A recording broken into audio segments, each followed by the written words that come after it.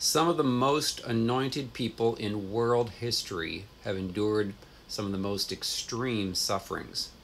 When you think about Paul, who used to be Saul in the Bible, and what he had to go through, being whipped 39 times, three different times, being shipwrecked and being stoned and left for dead and having to be put in prison, all these things. Well, he ended up overcoming all of that.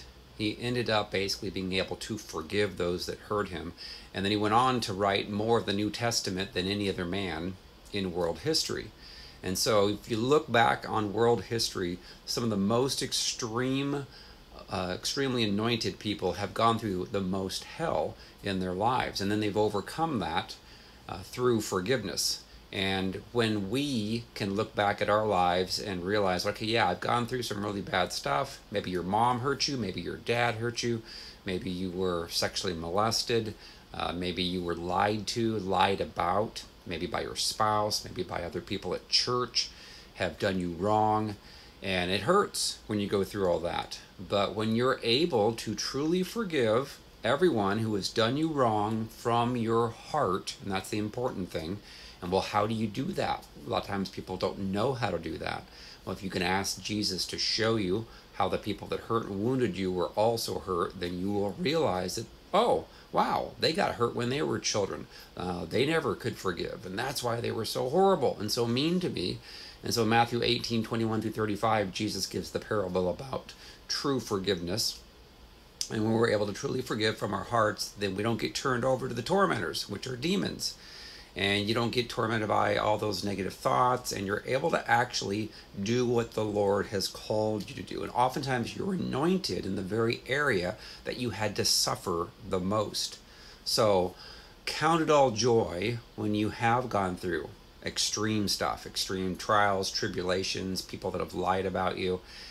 Because when you're able to truly forgive them from your heart, then the Lord will anoint you in a very strong way where you can impact tons of people, hundreds of people, thousands of people, because of you having those experiences and you have overcome them. Again, you have to forgive though. If you don't forgive, then you're going to get eaten up with anger and bitterness and sickness, and demons will have rights to torment you.